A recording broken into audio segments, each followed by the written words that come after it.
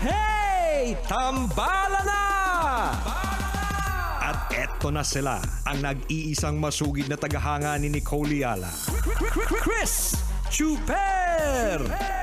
Kasama ang nag-iisang die-hard fan ni Chris Chuper. Nicole Yala! Mula sa Mahiwagang Burnay, ang kwento.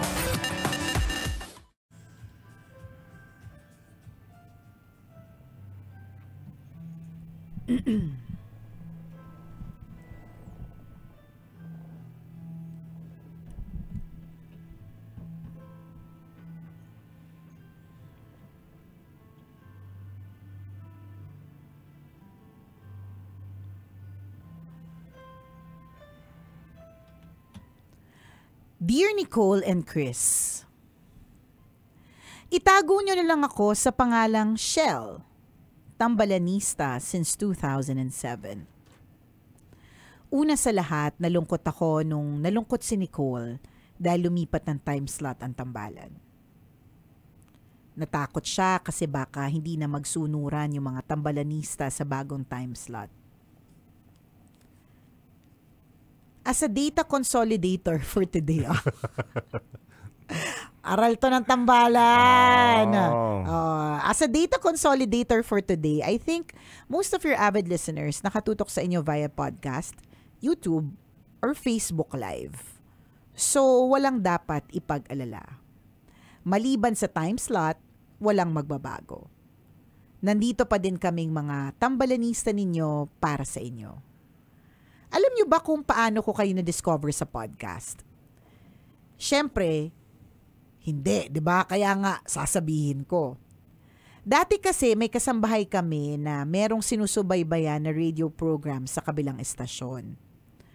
As a competitive person na hindi nagpapatalo, nag-search din ako kung saan ko pa pwedeng mapakinggan ng tambalan bukod sa radyo. At yun na nga, na-discover ko kayo sa podcast. Yung more than 100 episodes ninyo, 2 weeks ko lang pinakinggan. Nalungkot ako nung natapos ko dahil kailangan ko pang maghintay ng 1 linggo para sa bagong upload ninyo. Kaya nag-explore ulit ako at natagpuan ko naman kayo sa YouTube. Tuloy ang ligaya dahil kayo ang background music ko habang pumapasok at umuuwi sa trabaho. Sumulat ako para ibahagi sa inyo kung gaano ka-faithful si God sa akin. Sana ma-inspire yung mga listeners na nakakaranas ng sunod-sunod na dagok sa buhay. 2003 nang mailit ng bangko yung bahay namin. Napilitan kaming makitira sa lumang tahian ng tito ko. Nilagyan na lang namin ng mga lumang tarpaulin at sirang tela yung paligid para hindi naman kami kitang-kita sa labas. 2021, nagkabukol ang mister ko sa ulo. Hindi naman sumasakit kaya ipinagsawalang bahala namin. Kaso that same year, namatay yung bilas ko dahil sa liver cirrhosis. Healthy yon at mahilig magbike. Natakot kami kaya pinatingin namin ang bukol na asawa ko. Kasing size na ng golf ball ang tumor niya. I am a very positive person pero hindi ko napigilang umiyak. Kasabay noon ang taimtim na pagdarasal na malampasan namin ang panibagong pagsubok. Mabilis kong naramdaman ang awa ng Diyos. Sinagot ng kuya ko ang lahat ng gastusin sa operasyon. Yung neurosurgeon, kalahati lang ang fee kumpara sa ibang napagtanungan namin. At ang pinakamagandang balita, benign ang bukol. Last year, na-diagnose ang tatay ko na may stage 1 prostate cancer. Pero makalipas ang 39 radiation sessions at araw-araw na pagpunta sa ospital, cancer-free na ang tatay ko. Yung bahay namin na nailit ng bangko, after 20 years, unti-unti na naming binabayaran para mabawi ulit. This year, naparenovate na namin siya. Malayo na sa dati naming tirahan na nababalot ng mga lumang tarpaulin at sira-sirang tela. Truly, our God is an amazing God. Binubuhat niya tayo sa panahon ng ating kahinaan at hindi niya tayo iiwan. Maraming beses ko pang naramdaman ang presensya ng Diyos sa buhay ko. Pero baka pag shinare ko pa, tanungin niyo pa ako kung ako lang ba ang anak ng Diyos dahil paborito niya akong tulungan. Baka din sa halip na isang sulat lang, maging series na itong sulat ko.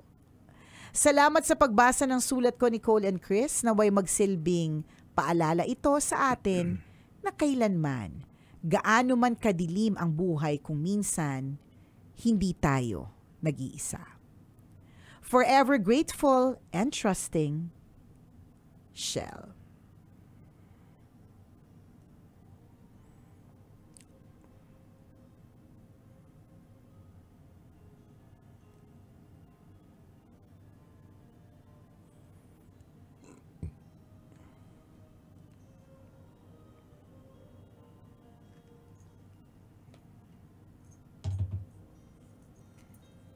Hello, Shell. E di napakabongga naman kung meron at posibleng maging series ang lahat ng mga kwento kung saan God is with you and ipinakita ni God ang kanyang pagmamahal at ang kanyang mercy and lahat-lahat na yan. E di very good.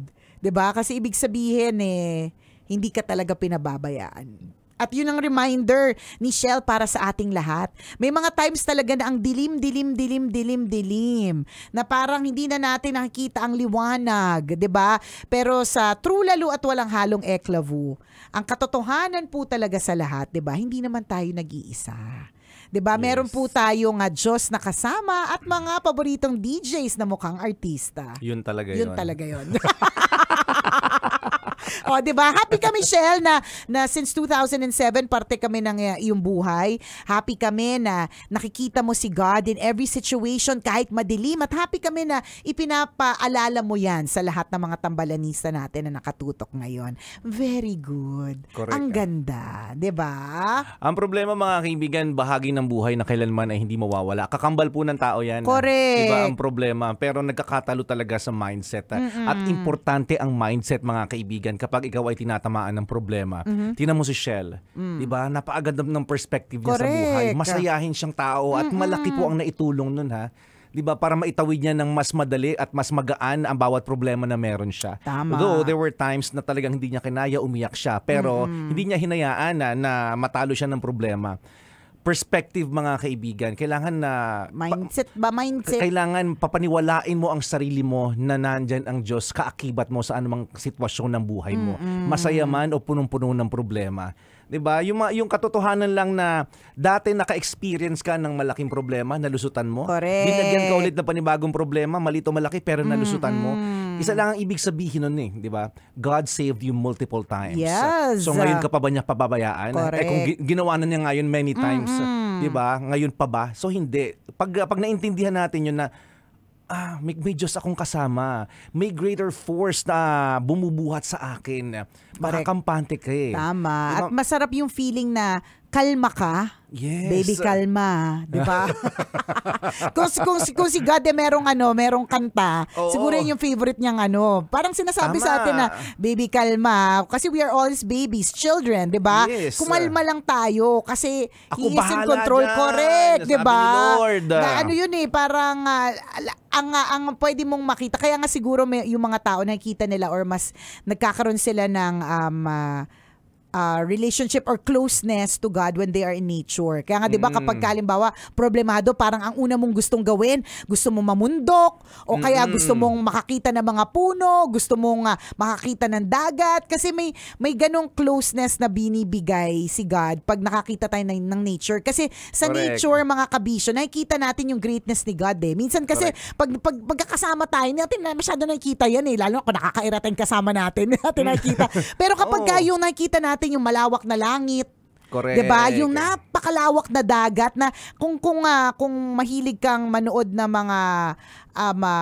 panoorin tungkol sa dagat, kung gaano ka hindi pa natin na-discover yung ilalim ng dagat, yung ang daming mga kakaiba. Hindi alam dyan, Oo, sa sa ilalim ng dagat, 'di ba? Yes. Yung ganyan, may isip mo na, grabe, sobrang laki naman nung gumawa nito.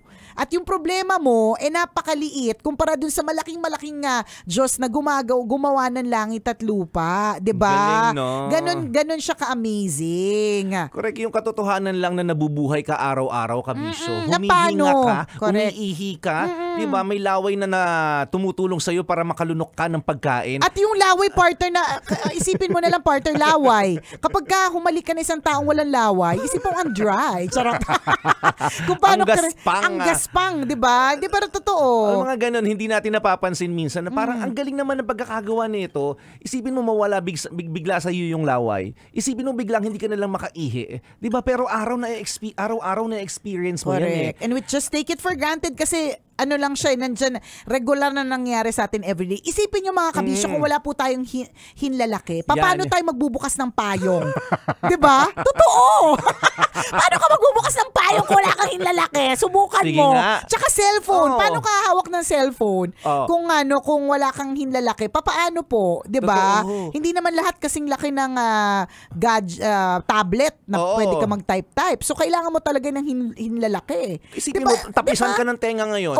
Di ba? Wala kang tenga. Di ba ang pangit mo? Pangit mo! Pero tingnan mo, ba't may dalawang tenga natin? Pantay siya. Correct. Ang ganda na pagkakagawa, correct. diba? Although may kakilala ko, hindi pantay talaga yung tenga niya. Pero nagpo-function siya ng talagang napakabongga as a tenga, 'di ba? Correct. At ang galing ng tenga. Isipin mo, imagine mo na pumikit ka ngayon, maliban lang sa mga nagmamaneho, ha. pumikit ka ngayon, 'di ba? Tapos dumilat ka ulit. Ang sarap sa pakiramdam na nakikita mo kung anong kulay blue. Nakikita mo nakakakita ka ng maganda, nakakakita ka ng pangit. And sino gumawa ng lahat ng ito? Nung minsan na nagdadasal ako, meron akong parang YouTube parang instrumental na pinapanood at pinakikinggan. Tapos, nung time na yun, problemado talaga ako sa maraming mga bagay na kung ano-ano. 'Di ba? Minsan, pag dumating kasi yung problema, patong-patong na parang, hello Lord. Talaga, gabundok. Wala ka ibang pagbibigyan. Dami-dami naman, sobra-sobra dami naman Lord. Today, 'di ba? Pwede bang hati-hatiin natin correct. Share naman sa iba, ganyan. So that time, partner, napanood ko yung particular na video na yun. It was about nature. Kaya talagang meron tayong, kapag when you're with nature, you're also with God. May ganun tayong pakiramdam. Tapos doon, partner, simple lang naman, alam naman natin, lalong-lalo na kung tayo nag-aral, na merong isang insekto na kumukuha siya ng nectar mula doon sa flower. Tapos ang lapit. So, kitang-kita mo talaga yung mga galamay niya, yung kanyang mga, hindi ko alam ang tawag sa mga galamay ng hands and feet ng Kanina, bee na yun nasa picture ng nasa isip namin. Tapos naging squid. Kasi galamay. Hindi ko alam kung anong tawag sa galamay ng bee. Diba? So, yung mga paa niya, parang mga kamay at paa na busy. Ang liliit, ang ninipis. Ang ninipis nito. Kaya lang, naka-close up. Kaya kita-kita mo na busy, na alam mong kumukuha siya ng kakainin mula doon sa flower. At doon ko talaga naisip kung ito nga pinagkaabalahan yung bawat parte ng bee. 'Di ba? Tapos nabubuhay siya. Kaliit-liitan po talaga. At isang piraso lang ito, ilang bee sa buong mundo, 'di ba? Kaya nga ang daming honey kasi maraming bee, 'di ba? Sorry po. Ayan. Hindi. Tama naman. Tama naman. Di ba? Napakaraming bee na nagkikreate ng honey, na kaya mga honey ginagamit ng mga broadcaster. Di ba? Yung mga ganun, ang dami pong mga maliliit na bagay that we take for granted, na pagka hinimay-himay mo na, oo nga no, teka lang, sino bang gumawa nito? Di ba? I have a God. Di ba? And He's a big God na gumawa ng mga, ng ganito. Di ba? Ang isda part, di ba nakaka-amaze ang animals? Kaya nga nature, nakaka-amaze ang isda. Di ba? May particular na isda, nakalimutan ko, or seafood. Niluto na. Luto na siya. Kanina, nasa isip namin, ang picture namin nasa dagat pa. Ngayon, nasa dampa na. Correct. Buttered na yung hipon. Hindi. Ang bilis-bilis naman ng transition. Wait lang. Kung saan mo kami dinadala. Sorry. Kanina, Pasensya na. ganda, nasa Oo, dagat pa yung nasa imagination dagat, namin. diba? Hindi, diba? Nasa ilalim ng Tas dagat. Ang ganda. seafood- Ngayon, biglang seafood na siya. napunta sa dampa, biglang nagutom kami. Nakakagutom. Nakakalurking. Merong particular na